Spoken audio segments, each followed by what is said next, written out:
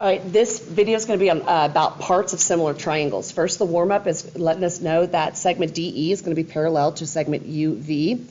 So we know we've got parallel sides here. We're going to identify the similarity postulate that proves that they are similar, and then we're going to solve for x.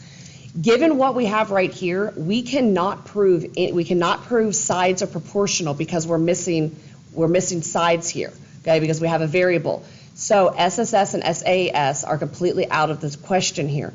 So this, the postulate we're going to use is the angle-angle similarity, and this is why. We've talked about when you have these similar triangles, the smaller triangle inside the bigger triangle, we have a shared angle. So we have angle T they're going to correspond and be congruent.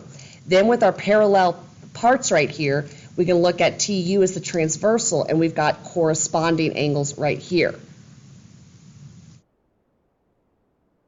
So that's going to give us that AA. Now, to solve for x, we're going to go ahead and do a part to whole, a part to whole. Meaning, we set up our proportion here. We're going to have this part right here of 45 over the whole entire side. Adding these together will give us 72. Then on the other ratio, we'll have the part that corresponds with 45. It's going to be 50 to the entire side of 9x minus 10. Here we need to remember that we're going to go ahead and cross multiply. If you want to simplify 45 over 72, you can to have smaller numbers. If not, no big deal. We'll have 45 on the outside, cross multiplied with inside the parentheses, 9x minus 10. When you take 72 and 50 and you multiply those, we're going to wind up with 3,600. Now we do our distribution. 45 times 9 is going to give us 405x. Then we have 45 times a negative 10 gives us negative 450 or minus 450. We bring down that 3,600.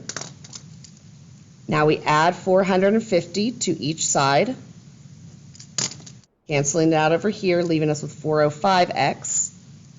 And this will be equal to 4,050. That last step, we're dividing by 405 to get rid of it in front of x, and x will equal 10.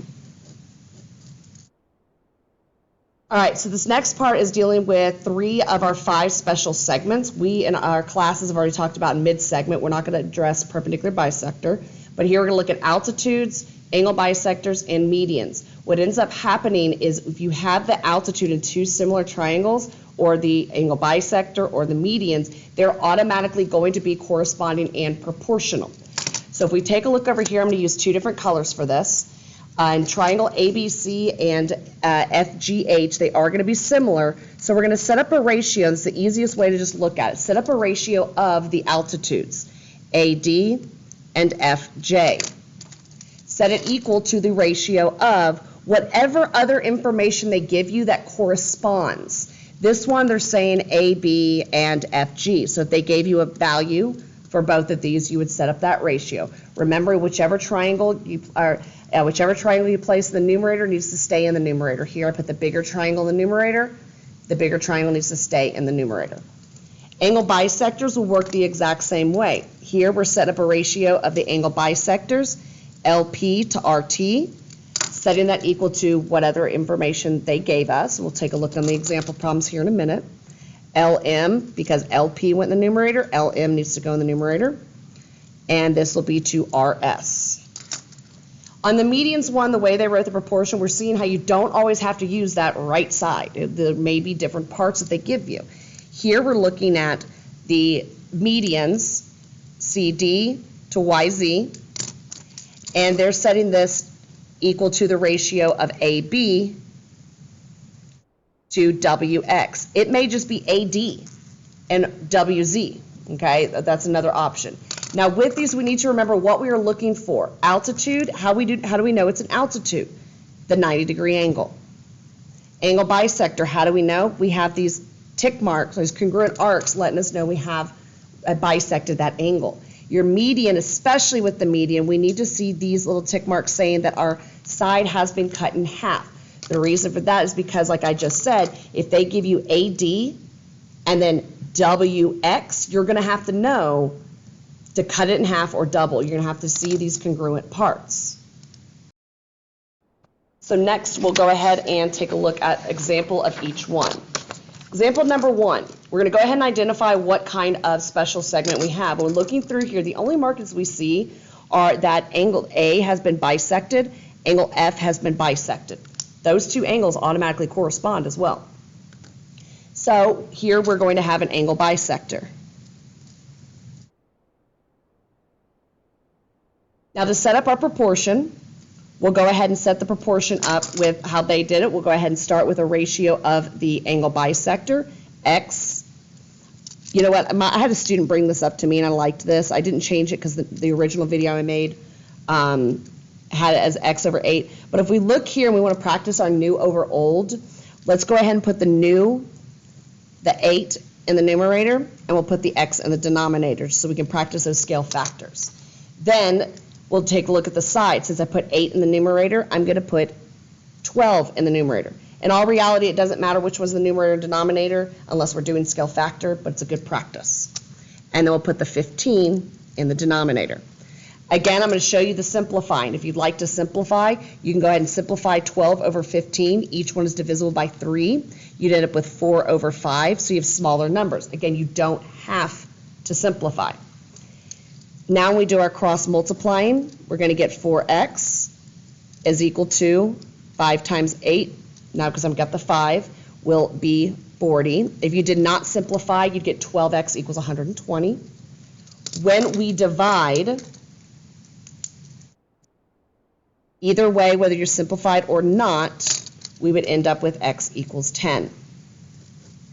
The rest I'm not going to simplify, just because I know not everybody does simplify. Next, we take a look. I see that I've got angle markings congruent, but these are not angles that are being bisected, so it's not an angle bisector.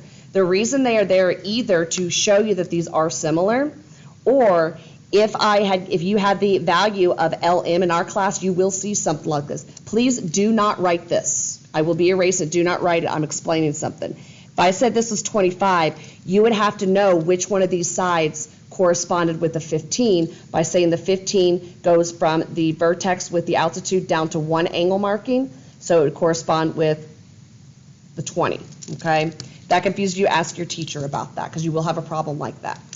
Here, we need to see that the thing we're focusing on as to what special segment is this right angle, telling us that we have an altitude.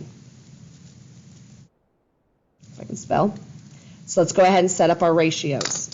Here, we'll do a ratio of the altitudes, x over 16. And then the other information they gave us, 15 over 20. Okay, please pause the video. This is a simple, basic junior high level proportion problem. Please go ahead and pause the video and solve this on your own.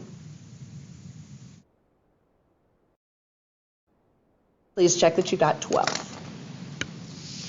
All right, next, let's take a look. We see these angle markings, kind of like what we saw just in the altitude problem ahead of time.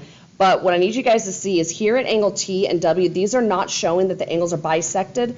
It can be very, very misleading. What I need you to focus on is these little tick marks. Those little tick marks tell us that we have a median. So we'll set up our proportion with the ratios. We'll go ahead and do the ratio of our medians, 9 to 13.5. And then the other information, they did just give us a part. Remember on the previous page, we said the whole entire side right here.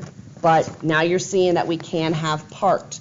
So the two parts are going to be the 3 and the x. 9 was in the numerator, 3 needs to go in the numerator. 13.5 is in the denominator, so x is in the denominator. Simple, basic, cross, multiply, divide. Please pause the video and solve this on your own.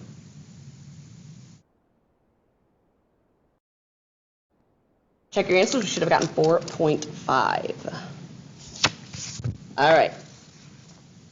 Last page for this. We're going to talk about the triangle angle bisector theorem. The triangle angle bisector theorem is letting you know that if you have an angle bisector and a triangle, It separates the opposite side into two congruent segments that are proportional. Meaning down here, KM and ML, that side, KL, is being separated into proportional parts. They are not congruent. They are proportional. So the difference between this one and the the angle bisector and the other ones, we're dealing with similar triangles on the other one. This one, we're dealing with one single triangle with an angle bisector. So the way this gets set up is we'd have here KM, this little part, to LM, the other part. We'll set up a proportion, or we'll set this equal to the other ratio, KJ. Look where KJ is. KJ is the side of the triangle that connects to KM. Kind of look at it as two separate triangles here. So these two need to go, they're both in the numerator, and then these two down here will both go in the denominator. So then LJ over here. So we take a look at this next problem. We've got some blanks. We're just doing basically what we did here. We're just filling in the missing pieces. So we're going to look at QT right here is going to be to the other little part, ST. Then we will have QR, the side that connected to QT, to SR. And the next blank is just filling in, substituting in for our sides. Here, QT was X. This will be over ST. Now, this one gets tricky here. ST, you have to take the entire side of 18. You have to get rid of or subtract that X. So this is going to be an 18 minus X. And I'll help you walk through that distribution in a moment. Then we'll have the 6 for QR over the 14. If you'd like to rewrite this as a proportion, you can. Just be aware that there's not a whole lot of room down here, so you might want to start over here so you can continue over here. When we cross multiply, I'm going to start off with the easy one, 14 times x. I'm going to get 14x. We're going to set this equal to this cross product. We've always learned the whole number placed outside the parentheses. What we're going to distribute, 18 minus x, put inside the parentheses. We've talked about switching the 18 and the x, but you have to be aware it'd be a negative x plus 18. It can get very complicated there, so please, please, please be careful.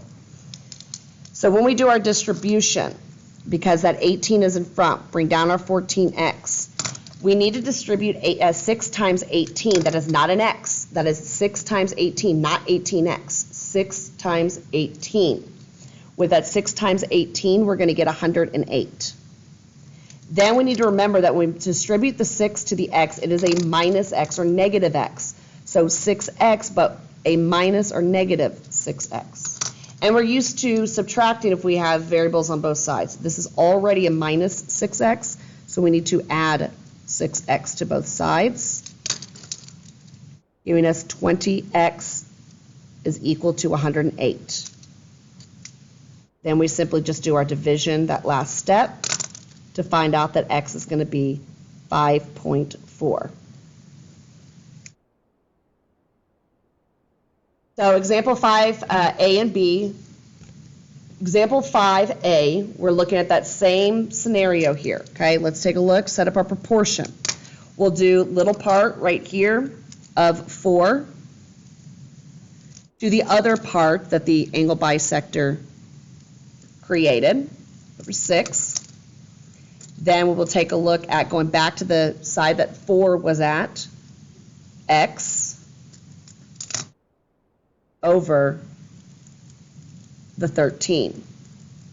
Please pause the video. This is a simple a two-step cross multiply divide. Pause the video and solve it on your own. One thing I neglected to remind you, this is saying to round to the nearest tenth. 10 has 1 0, so I want one number after the decimal. End up being 8.6 repeating, so we need to bump that up to at 8.7. All right, our next one here. Do the same exact thing. We'll go ahead and take our little part right here, which we need to see. We don't have. It's going to be exactly what we had up here, where we're going to have to subtract the other part from 20. The whole thing is 20. We need to take the x away. So subtraction, this would be 20 minus x. We'll set it over the other part of x.